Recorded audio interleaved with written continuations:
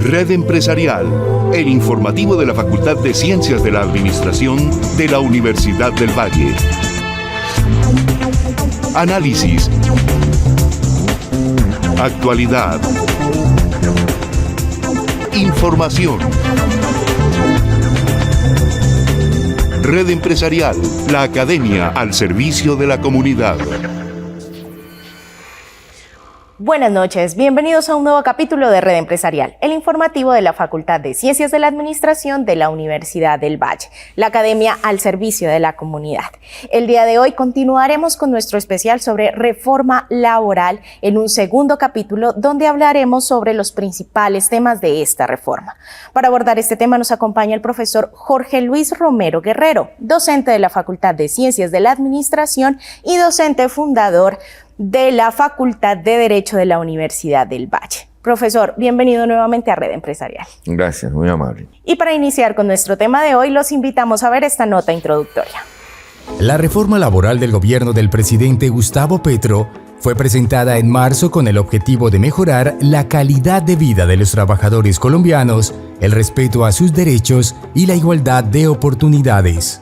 Sin embargo, hoy se encuentra nuevamente en boca de todos los colombianos tras ser modificada y presentada nuevamente en agosto a la rama legislativa. ¿Qué propone esta reforma?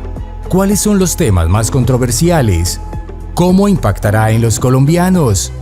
Hoy, en Red Empresarial, tendremos el especial sobre reforma laboral y sus cambios en el Código Sustantivo del Trabajo. ¡Bienvenidos!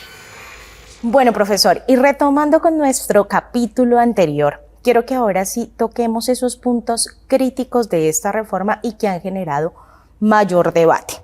Iniciemos con el más fuerte de ello, que es el tipo de contrato. ¿Qué va a pasar con los contratos fijos, con la prestación de servicios? ¿Qué modifica y cómo impactará a los colombianos? Bueno, el tema solo los contratos es bastante complejo, pero hagamos un análisis lo más concreto posible. A ver, ¿qué ha pasado aquí? Los contratos. En primer lugar, sobre esta parte de los contratos, empieza a hablarnos sobre el contrato a término fijo. ¿Qué ha pasado con esto de los contratos a término fijo? En una de estas reformas, pues, el primer cambio que se tuvo con el contrato a término fijo era que se establecía como una condición primordial que sigue hoy en día, es que el contrato a término fijo debe constar siempre por escrito. Esa es una condición, que si el contrato a término fijo no consta por escrito, pues deja de ser contrato a término fijo. Pero ¿por qué se le puede dar esa interpretación? Porque, bueno, en ningún lado del código nos dice los contratos de trabajo son estos, no lo dice. Pero en el contenido de su articulado uno puede deducir cuáles son los contratos de trabajo. Por ejemplo, cuando nos habla del contrato a término indefinido, que en realidad no lo define porque nos dice que cuando el contrato no sea a término fijo, que cuando el contrato no sea de duración de la labor u obra contratada, que cuando el contrato no sea ocasional, accidental o transitorio, será a término indefinido. Y entonces el contrato a término fijo no será a término fijo si no lo hago por escrito. Por eso ese contrato se me convierte en un contrato a término indefinido. Ahora bien, el primer cambio que se tuvo antes de la Ley 50 del 90 es que nos definía que el contrato a término fijo podrá ser de 1 a 3 años y será renovable indefinidamente. Renovable indefinidamente. No quiere decir que el contrato después de 3 años se me convierta a término indefinido, no. Seguirá siendo un contrato a término fijo en sus condiciones y en sus características. Pero como decía que era de 1 a 3 años, ¿qué pasaba con los términos inferiores a 1 año? Entonces la norma nos decía que si el empleador deseaba o tenía la necesidad de suscribir un contrato inferior a 1 año, debería ser en determinadas circunstancias y causales. Por ejemplo, el de reemplazar el personal en vacaciones o en uso de licencias, el incremento de la producción, el transporte y de las ventas. Y decía ese artículo que esa circunstancia había que hacerla constar en el contrato. Pero además de eso tenía un manejo, porque esos contratos había que llevarlos al Ministerio del Trabajo para que el Ministerio del Trabajo autorizara la realización de esos contratos. Luego viene un cambio y nos dice, no, ahora los contratos no van a ser de 1 a 3 años, sino que van a ser de 0 hasta 3 años y será renovable indefinidamente. Pero siguió dándole un tratamiento especial a los contratos inferiores a 1 año. ¿En qué consistía? Pues que yo podía hacer una renovación de esos contratos inferiores a 1 año hasta por 3 periodos iguales o inferiores, y al cabo de la tercera prórroga, el contrato se me convertía en un contrato a término fijo no inferior a 1 año. Por lo general las personas lo renovaban pues por 1 año, porque yo lo podía renovar hasta el término máximo de los 3 años. Entonces el contrato se me renovaba por ese periodo. Eso me cambia ahora. La nueva norma empieza a decirnos, es que antes de hablar de ese contrato, hay algo del contrato a término fijo, hay algo muy importante que me habla del contrato a término indefinido. Y pareciera que todas las relaciones contractuales laborales tendrán que ser a término indefinido. Y excepcionalmente los podría hacer a término fijo. Pero bueno, eso nos va llevando un tema al otro. Entonces, ¿qué nos dice con el contrato a término fijo? Y mira cómo cambia la reacción. Podrán celebrarse contratos de trabajo a término fijo por un término superior a 1 mes. O sea, la última reforma no me ponía términos mínimos límite, era de 0 a 3 años. Este artículo me dice que puedo hacer un contrato a término fijo de 1 mes a 3 años. Dice, por un término superior a 1 mes y hasta por 3 años, pero me dice, para atender necesidades temporales del empleador. Aquí, entonces vuelve y me dice, el contrato de trabajo a término fijo deberá celebrarse por escrito y en él, mira lo que me coloca aquí, y en él deberá especificarse la necesidad que se pretende atender y su conexión con la duración que se establezca. Podrán considerarse los siguientes tipos de prórrogas. Entonces mira que me está fusionando los contratos de duración de la labor u obra contratada con los contratos a término fijo. Está rescatando lo que originalmente traía el artículo, que si iba a suscribir un contrato inferior a 1 año, tenía que ser por determinadas actividades que ya mencionamos. Aquí vuelve y lo recoge. Y luego me empieza a hablar de las prórrogas. Y aquí algo, pues, que confunde. Porque con las prórrogas, ¿qué pasa? Si yo suscribo un contrato, por ejemplo, a 1 año, el contrato, como dice la norma, lo decía la norma, se prorrogaba indefinidamente, o sea, yo podía estar 10, 15, 20 años con el mismo contrato a término fijo, el mismo contrato. No era firmar un nuevo contrato y luego liquidarlo, no, el mismo contrato podría durar indefinidamente. Pero eso ya no está aquí. Ahora me habla de las prórrogas y me dice, primera clase de prórrogas, me clasifica las prórrogas. Prórroga pactada. Cuando el contrato de trabajo se celebre por un término inferior a 1 año, las partes, mediante acuerdo escrito, podrán prorrogarlo el número de veces que estimen convenientes. Cuando la norma me establece por ley que los contratos se prorrogan automáticamente. Lo único que me imponía en los contratos a término fijo era, si mi deseo como empleador era no prorrogarlo, debería avisarle al trabajador por escrito mi deseo de no prorrogarlo con una antelación no inferior a 30 días. Eso no está. Entonces aquí me dice que si el contrato es inferior a un año, lo puedo prorrogar las veces que nosotros consideremos. La norma anterior, inmediata, me decía que solo podía prorrogar por 3 veces y se me convertía en uno no inferior a un año. Aquí dice, lo podrán prorrogar el número de veces que estimen convenientes.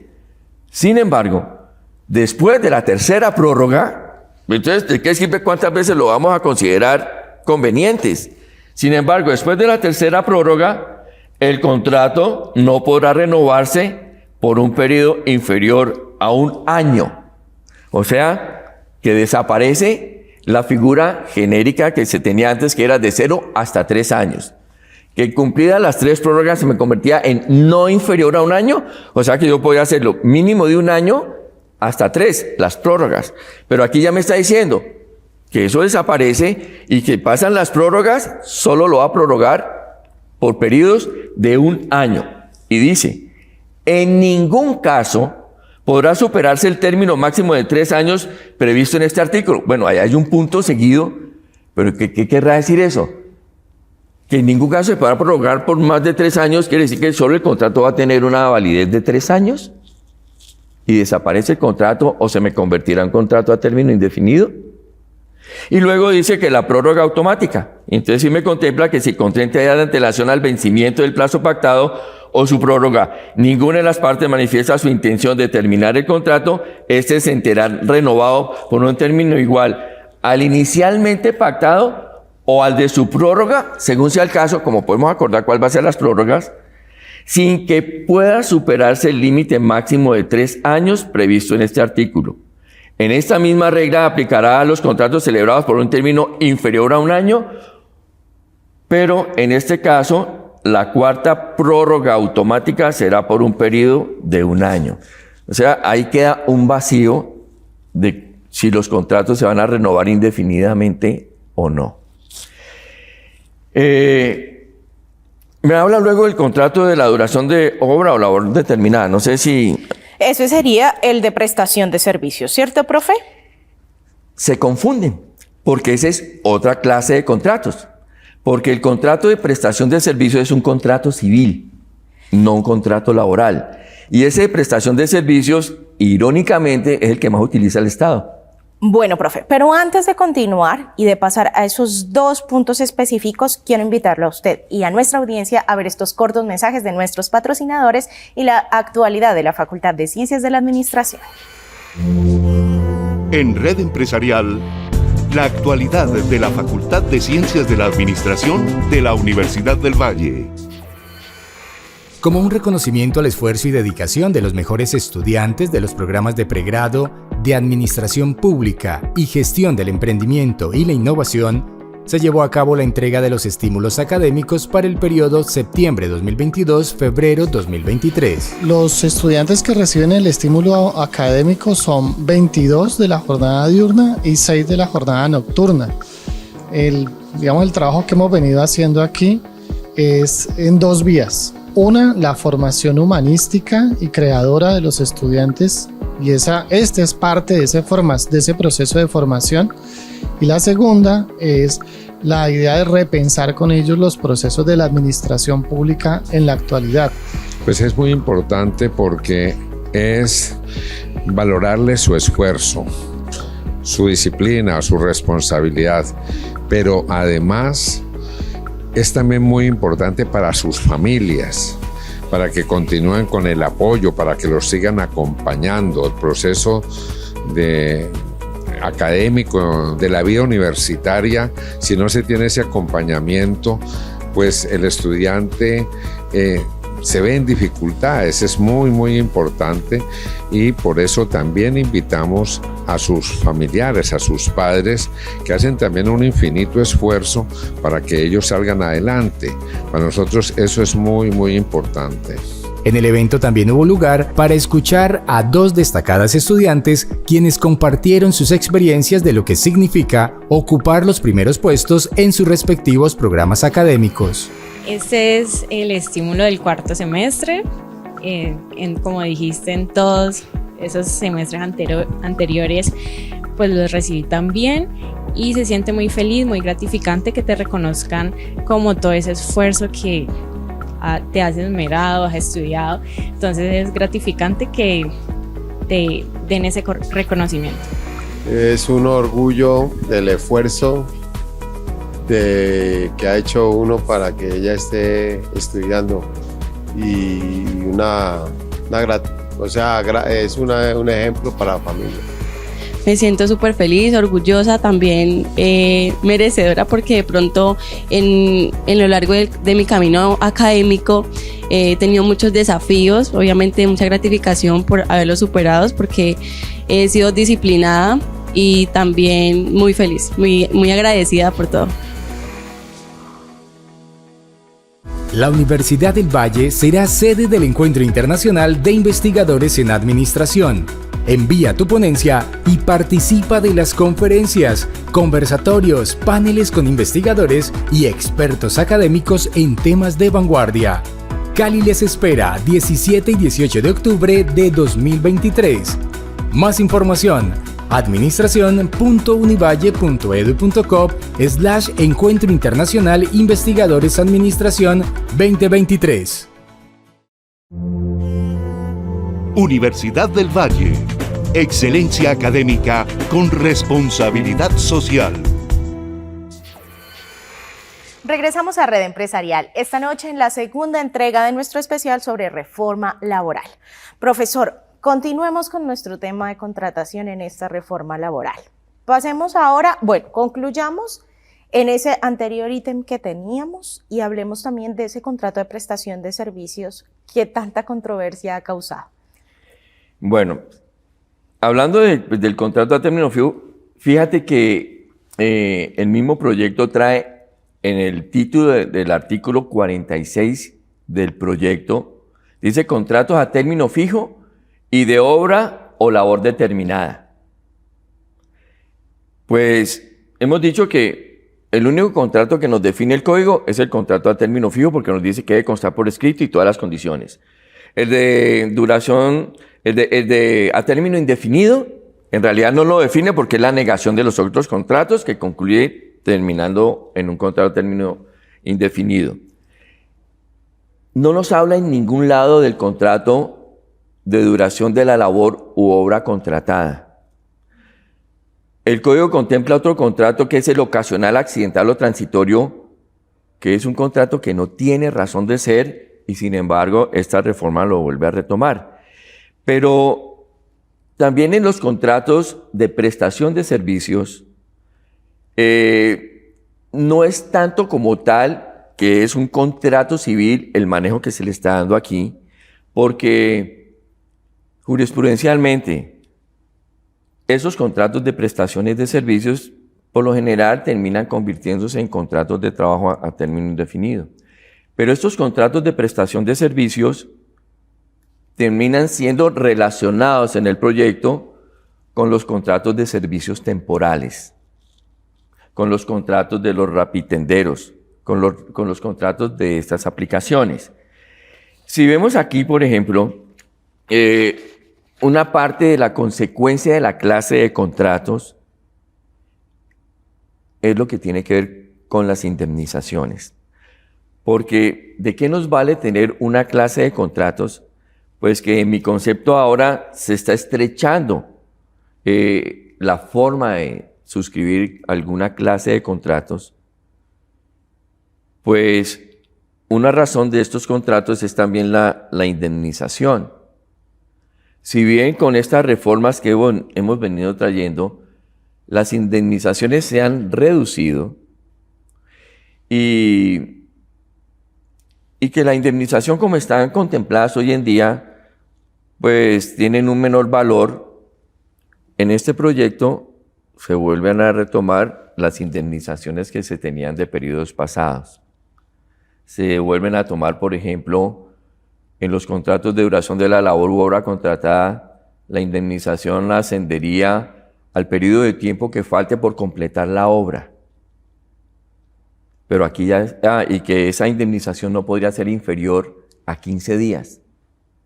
En el proyecto está contemplado que en esos contratos de duración de la labor u obra contratada, la indemnización no podrá ser inferior a 45 días.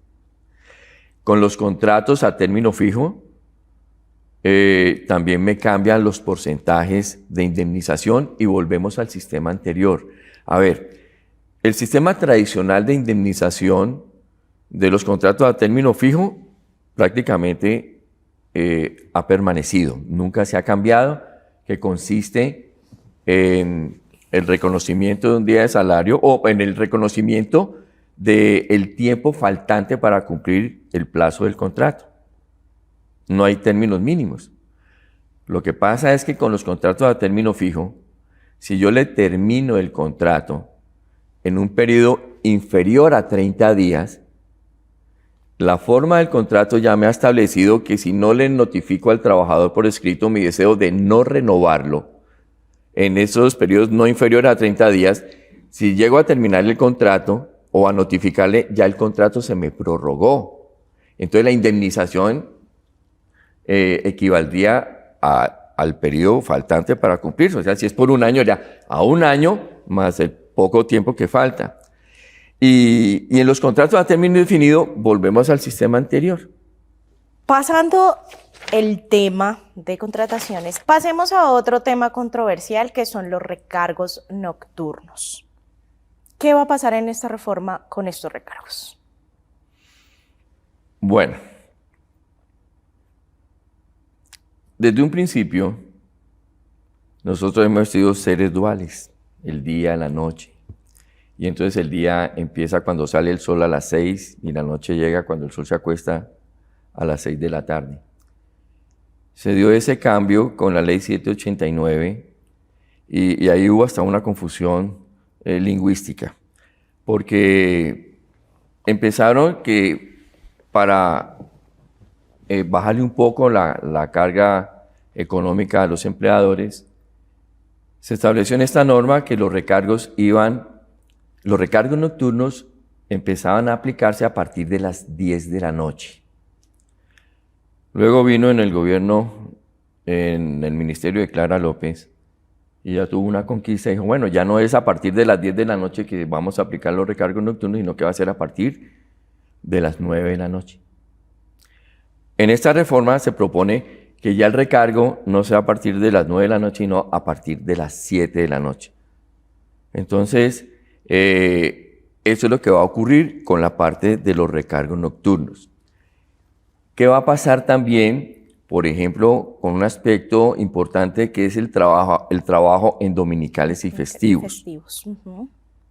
Antiguamente, los recargos por trabajo dominical y festivo se remuneraba con el reconocimiento del 100% del valor del salario.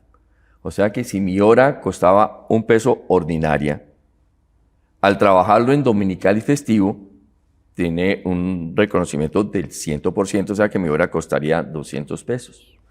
Se reforma y se cambia el recargo nocturno, que ya no va a ser del 100%, sino del 75%. O sea que si mi hora costaba $100 y la trabajaba, en dominical y festivo, ese recargo pues era del 75 y esa hora ya iba a costarme 175. La propuesta en el proyecto está que se vuelva al 100% de ese valor. Ese es un punto muy positivo de la reforma, profe. Sí, yo considero que es sano y es bueno que al trabajador se le reconozcan esos recargos. Porque decíamos en un principio que las normas laborales son protectoras del trabajador. Hemos visto que esta serie de cambios que se han dado, empezando eso es una reforma al código, porque sí se han dictado unas leyes que me han modificado algunas figuras, pero esto es una reforma.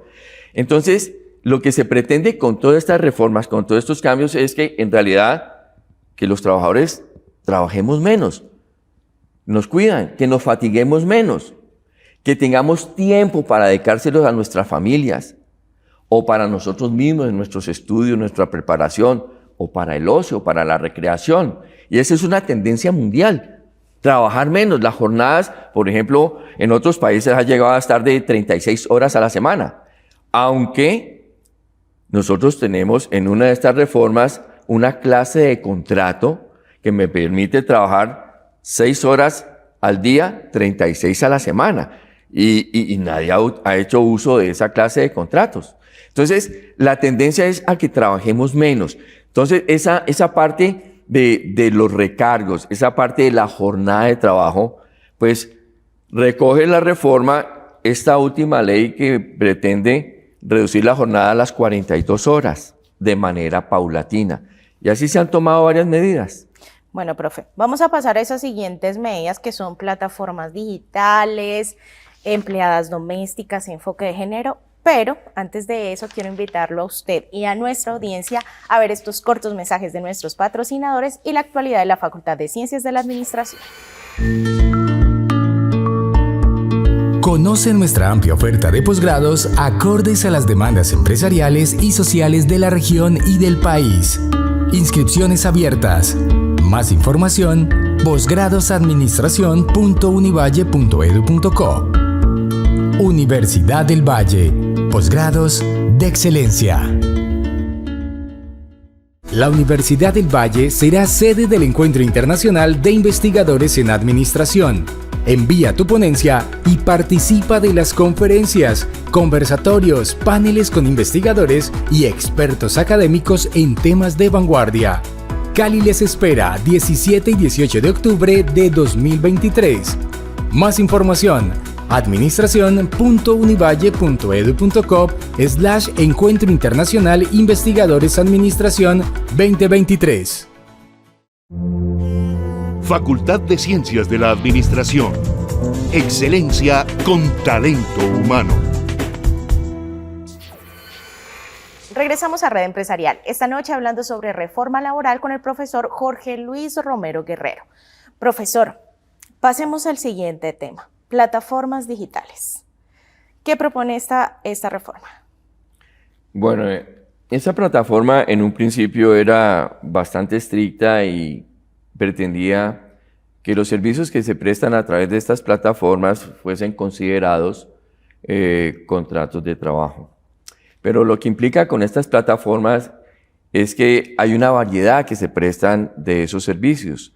Por ejemplo, están los call centers, están los rapitenderos, están las plataformas de servicios de reparto. Y lo que hace la norma en ese sentido es regularlas y definirlas.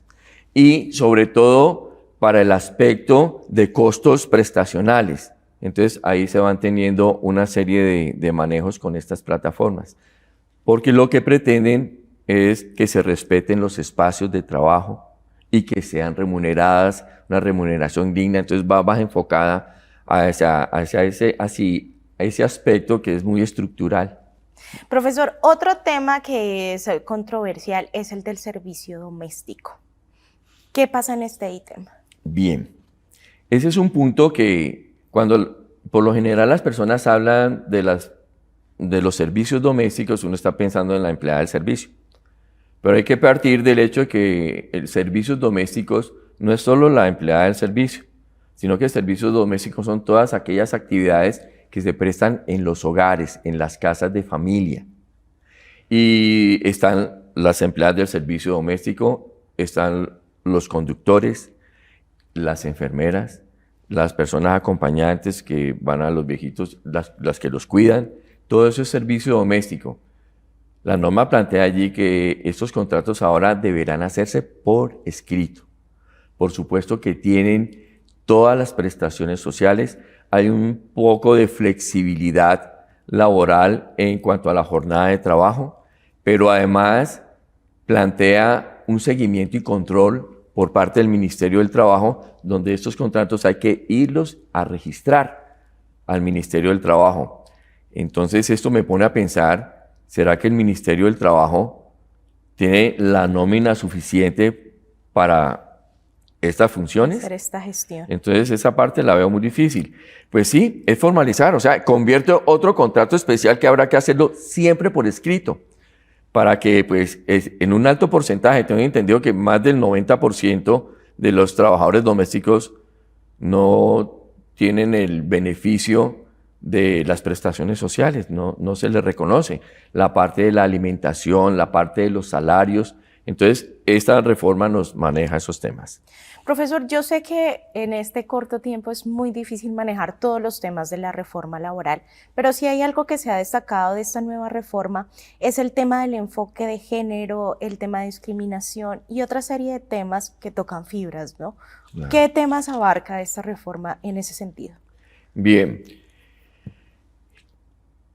Ha venido a recoger sentencias y convenios internacionales y los ha plasmado en este texto, para que se haga un mejor cuidado, un mayor reconocimiento a las mujeres, un trato especial. Y entre esas hay una parte en esta reforma del trabajo de los menores de edad, el trabajo de los niños, el trabajo de las mujeres.